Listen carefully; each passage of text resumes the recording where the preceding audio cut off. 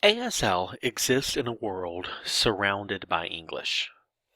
ASL users often have to use English in order to communicate with the hearing world, as well as to communicate with one another through things like text, email, and other written forms of communication.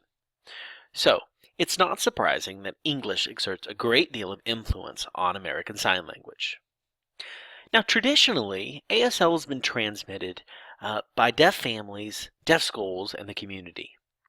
Deaf children from deaf families learned ASL from their parents, thus they were native signers. The children who did not have deaf parents, which is the great majority of deaf people, would go to deaf schools where they would interact with other children and other deaf adults who used ASL.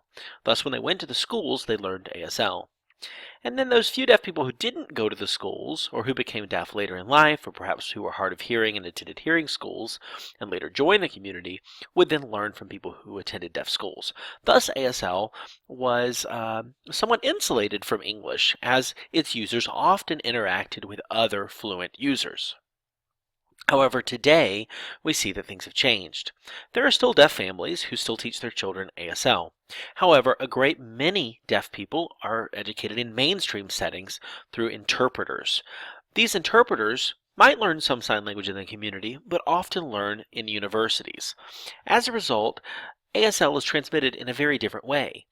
And because interpreters are, by and large, hearing people who interpret for deaf people, those interpreters often use a mixture of ASL and English. Thus, the English that's transmitted in the deaf community is more heavily influenced by English today than it had been before mainstreaming became common.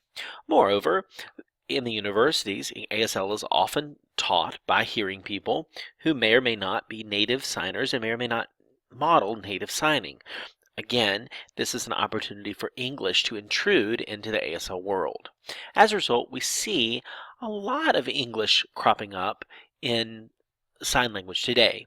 Now, this in itself is not something that's surprising. It's very common to have a language that exists within a region where another language is spoken and have that smaller language absorb a lot of the grammatical features and even words and idioms from the larger language.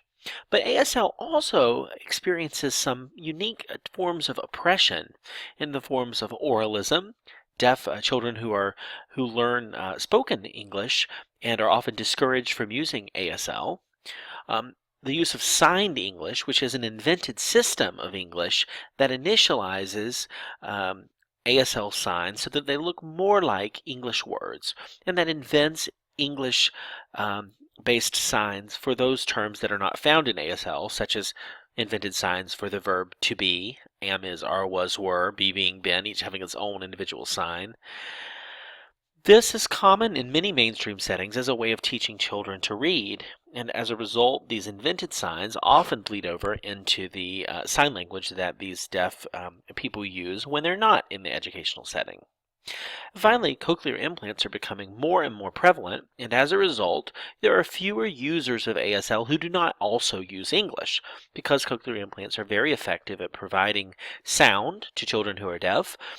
These children often switch back and forth between the deaf and hearing worlds, and as a result are using more and more English in large portions of their life. They then carry this English over into their communication in the deaf world as well.